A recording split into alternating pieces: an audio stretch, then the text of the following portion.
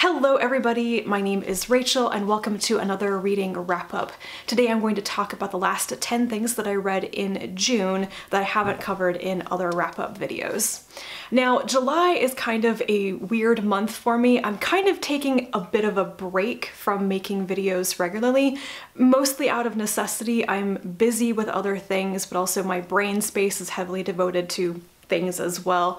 And so I'm letting myself not have a super regular video schedule this month. It means that things like this wrap up are just going to be a bit later than I had originally planned for them to be, but it's good. I need a little bit of a break. So with that said, let's get into these books. I'm going to start off with the two 5-star reads from this batch. The first one is Never Have I Ever by Isabel Yap. I read a couple of these stories when they were first published in the last few years and I enjoyed them. I thought that Yap was a really strong new writer. So when I saw that she had her first collection coming out, and from Small Beer Press no less, I was like, I need to get that. And it did not disappoint.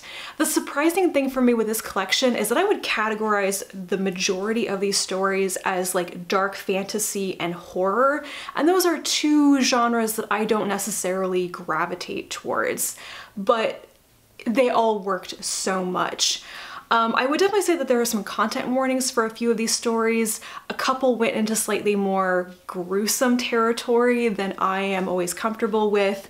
One particularly good story in this deals with sexual assault or like attempted sexual assault of a teenager, that sort of thing.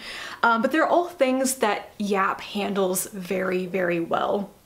And I would say that the majority of these stories felt like they had this sort of running theme of the monstrous, like the inhuman monsters that people can encounter, but also like monstrous behavior of normal humans. And I thought that was a really interesting theme that Yap explores well. And I think it's probably that her characters feel so real. They inhabit this very modern contemporary space, and it's like watching somebody that you know in the modern world deal with something very strange or horrific, and she pulls it off. Like, it just feels real. Unsurprisingly though, my absolute favorite story from this collection is the one that I would say is positively lighthearted and is not a horror story. And that one is A Spell for Foolish Hearts. It's kind of like a short novella, and it is about a man in San Francisco.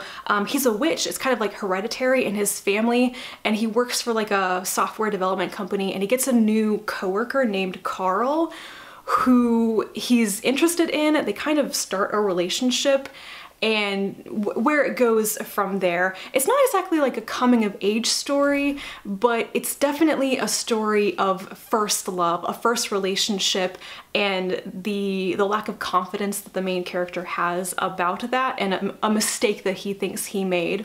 I loved it. It was kind of a ever so slightly bittersweet love story, and when I got to the end of it, I looked up something that was mentioned in it, and I'm pretty sure that this might have been inspired by a joke Twitter account. I love it. Unfortunately, it is only published in this collection. It's published for the first time in Never Have I Ever, so I don't think there's like a digital version I could link to for you guys, but it is probably well worth buying this collection just to get that one story, in my opinion. But the whole thing is really, really good. My other 5-star read is Defekt by Nino Cipri. This is a companion novella to Finna, which came out last year. This series is set in Littenworld, which is like, it's like IKEA. It's a big box IKEA store that has such a complex inner layout that it generates wormholes spontaneously. And the corporate culture of Littenworld is like, it's obviously like Nino Cipri riffing on toxic corporate rules, but also, I guess, the weirdness of IKEA, and like alternate dimensions and doppelgangers and stuff like that. And Defekt follows an employee named Derek. I don't think it's really a spoiler to say that he is pretty much a custom-made Littenworld employee, And the story is about how he kind of realizes that, but he's developing his own self. He's becoming his own person with his own personality and with his own sense of like ethics and morality and like what does he want, which may not be the same thing that he was designed for. So the story is about that and how he meets his doppelgangers, which is a very interesting part of the story. I loved this. I enjoyed Finna. I thought the concept was really interesting, but I think like a lot of people, I thought the relationship drama in Finna was a little bit much. Defekt is like even better. I think that it's so focused on just Derek and his journey, what, you know, like his internal thought processes and stuff. That was so good. But I also felt like Nino Cipri just nailed some really important messages about being yourself and what you choose to be rather than what society or other people want you to be. And I loved that. It was funny and heartfelt, and I came away from it just feeling better and like I really, really want another story in this world. So this is one I could highly recommend, and I don't think you need to read Finna first. That they're set in the same world. There's a tiny bit of chronological overlap, but the stories are entirely separate. So you could read them in whatever order you wanted to. Now let's talk about some nonfiction. First up is Chatter, The Voice in Our Head, Why It Matters and How to Harness It by Ethan Kross. This is a book about managing one's inner voice. It is Ethan Kross's area of research, and he breaks down a lot of like real scientific research into what we know about our inner voices, what that's like for people, and how people manage their inner voice, and if they can't manage it, how that inner voice can contribute to things like mental illness and anxieties and things like that. So I guess you could probably call this kind of a self-help book, but I did feel like it was really rooted in actual science, and Kross was very good at explaining these scientific studies and breaking them down for a general audience. So I actually got quite a bit out of this. My biggest takeaway from this is the concept of distanced self-talk, which is kind of like, it's similar to other ways that people have been told to kind of talk to themselves, to calm themselves down, to direct their thoughts and stuff. Kind of like the fly on the wall approach, getting out of yourself and seeing the bigger picture. But he introduces another idea of like literally talking very directly to yourself and using your name and stuff. And I thought this sounded kind of weird at first, but I've actually done it, and it is, or can be, very effective. So this is one that I think has some actual advice and pointers that could be very helpful to a lot of people. Then I read Gathering Moss, A Natural and Cultural History of Mosses by Robin Wall Kimmerer. Both of her books have been highly recommended to me by a number of people over the past few years, so I was really excited to get to this one. I'm afraid I'm going to disappoint by saying I don't have much to say about it. I listened to it on audio and I felt like it was lovely and heartfelt. It had some really interesting things to say about mosses, and it's also kind of interspersed with Robin Wall Kimmerer's thoughts on her own life and her career and stuff. So it felt a bit like a memoir too. And I just kind of let it wash over me. Maybe I would remember more of it if I had read it in print rather than listening to the audio, but I don't know. So mostly I can say that this was very pleasant to listen to, and I don't remember a lot of specifics. Maybe I will come back to it. I'm definitely going to read Braiding Sweetgrass, and I think I will try to read that one in print. And lastly for nonfiction is The Lost City of Z, A Tale of Deadly Obsession in the Amazon by David Grann. This is a book I have multiple issues with. It's kind of interesting because when I'm reading nonfiction, I don't usually like fact check authors. I usually kind of just take them at their word, especially when it's a book like this, which is purported to be like researched history and fact and stuff. But for multiple reasons, I have issues with this book. Basically, it is about this explorer named Fawcett who went on one last expedition into the Amazon after multiple successful expeditions in South America. He went with his son and his son's best friend, and they were supposed to find the remnants of this lost civilization that Fawcett was convinced was there, but then they never came back. And apparently a lot of people have been obsessed with finding out what happened to Fawcett, and does this lost city of Z exist? So Grann had so much stuff to write about in this book, and yet I think he did not know what he wanted the book to be. Like, is this supposed to be a biography of Fawcett? Well, it's not really. It keeps being interrupted by other things. Was it supposed to be a historical look at the various people who were exploring in the Amazon, many of whom were in direct competition with Fawcett? It talks about that too, but keeps interrupting itself. Is it supposed to be a travelogue of Grann going to South America and trying himself to find out what happened to Fawcett? Well, it keeps interrupting that bit too. Is it supposed to be about modern archaeological evidence of civilizations in the Amazon? Well, that's kind of a footnote, and yet it's implied by the title of this book being The Lost City of Z that it's going to talk about that. But actually it doesn't spend much time talking about this purported civilization either. So many things this book could have been focused on. I think it tried to do all of these things, and it just didn't hold together very well. The nail in the coffin for me is that I don't feel like I can actually trust a lot of the facts in this book. Some people have come out and directly contradicted Grann's research, and they have said that they think there's absolutely no evidence for some of the things that he claims in this. And that makes me suspicious of pretty much anything that he says in this. What is real? Is this actually well researched or not?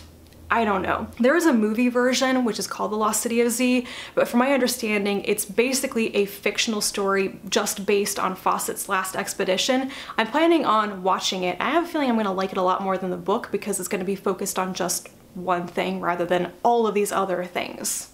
Going back to fiction now, the next thing I want to talk about is The Return of the Sorceress by Silvia Moreno-Garcia. This is about a woman named Yalchi. She is the supreme mistress of the Guild of Sorcerers, only her power has been usurped by her former lover. She is on the run and trying to plan how to get her power back, while also thinking back to how she and said former lover wrested power away from their former master and how they killed him. So it's definitely a very, very flawed woman wrestling with her relationship with power, how she came to power, how she feels about that, and how she wants to regain power. I actually felt like the bones of the story was a pretty typical high fantasy plot. I've read this before. It is different because it's like Mesoamerican inspired. The culture, the magic is quite different, and I really enjoyed that. And what actually elevated it beyond just an average story for me is the ending. There's a bit of a twist there with a final decision that surprised me and just made everything a little bit better, a little bit more complex. So mainly it was all right. I think I was expecting way more. I was expecting to be just absolutely blown away by this novella. I have high expectations when it comes to Silvia Moreno-Garcia in general, and this was just okay. Next is Invisible Kingdom of Volume 3, In Other Worlds. This is written by G. Willow Wilson and the artwork is by Christian Ward. I did not realize when I sat down to read this that it was the end of the series. I thought it was going to be like 5 or 6 volumes. It's only 3. So I was a bit taken aback at how quickly things wrapped up. I've loved this series. I really enjoy the premise of it, the characters. I think G. Willow Wilson is really good at writing comics, which not everybody is. So I've really enjoyed the story and the artwork. And this final volume, I felt like it should have been a little bit longer. I do think that it wraps up the main story pretty well, but what I really wanted from the end of it was like one more issue or one more volume that explores, okay, what happens next? The characters got the thing, they survived this mess, but not everything has actually been completely dealt with and put to bed. So there's actually still more that could have happened.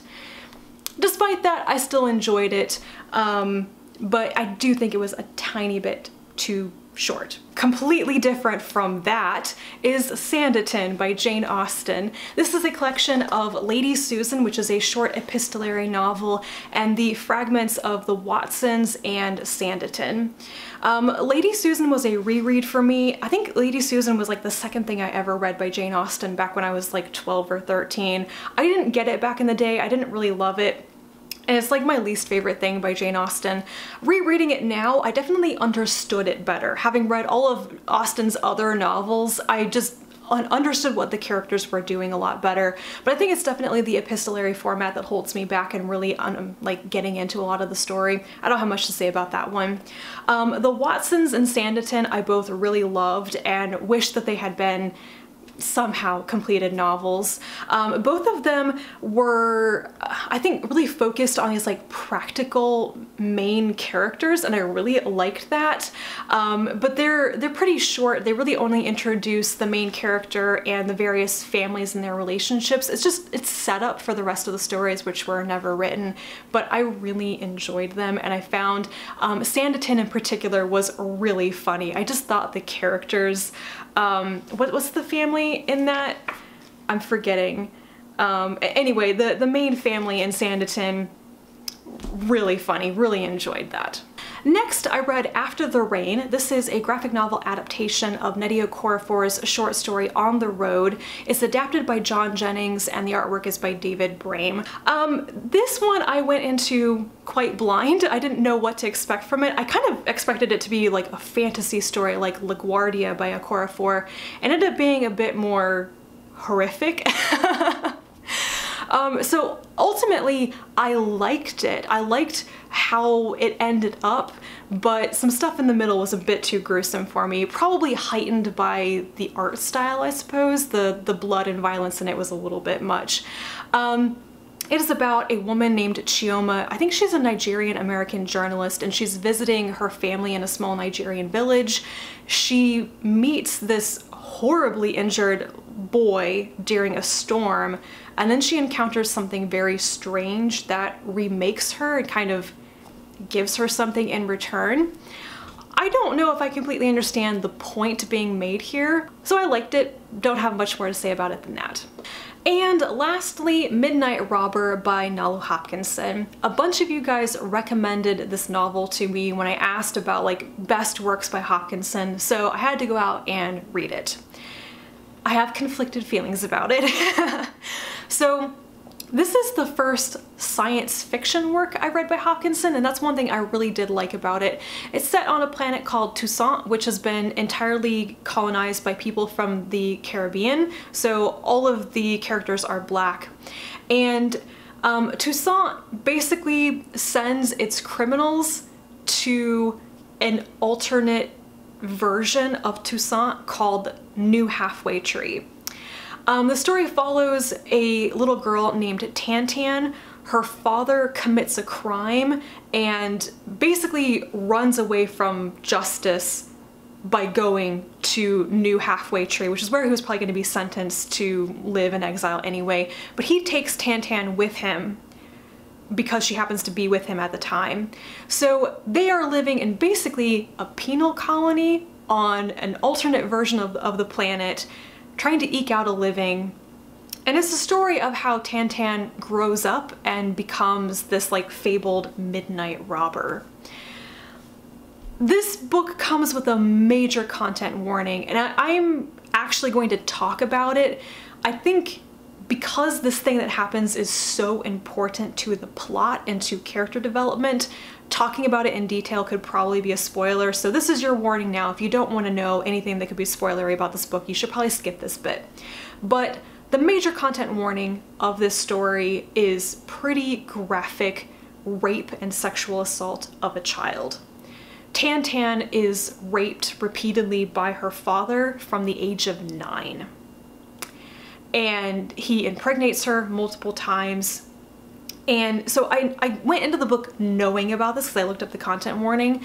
So the first half of the story is like set up, how Tantan and her father end up in New Halfway Tree, and then this thing happens, and then the second half of the book is how her life is shaped by this horrible abuse. So the first half of the book, I was dreading what was to come, and then after it happened, I quite literally felt a bit sick whenever I picked up the book, because like her story, what shapes her life and her personality and what's going to happen to her all relates back to how her father raped her and impregnated her, and how everyone who knew about this, who knew that this was happening to her, blames her for it. It was really difficult to read. And so because of that, I didn't enjoy the book. It literally made me feel kind of nauseous while I was reading it, and that is never a fun experience. Despite this though, I do have good things to say about this book. This is the best written, best told story I've read by Hopkinson so far. It's written entirely in a dialect, like in a Creole, which I thought was amazing. I wish that I'd been able to listen to this on audio, but I wasn't able to get hold of the audiobook. But I think that the dialect that it's written in is absolutely wonderful for oral storytelling, and it felt so right. And I felt like this was it was masterfully told. This is, you know, a writer who knows what she is doing, and I loved that feel of it. It's also incredibly imaginative. The world building here, how everything is like this entirely like Caribbean inspired culture and everything, that was really fantastic. So just the writing and I guess the surface level details of this book were really, really good, but I personally found it almost impossible to get past the really horrible sexual assault and then how all the people in the story are so horrible about that. I didn't really like any of the characters. I didn't even really like Tantan that much. So there you go.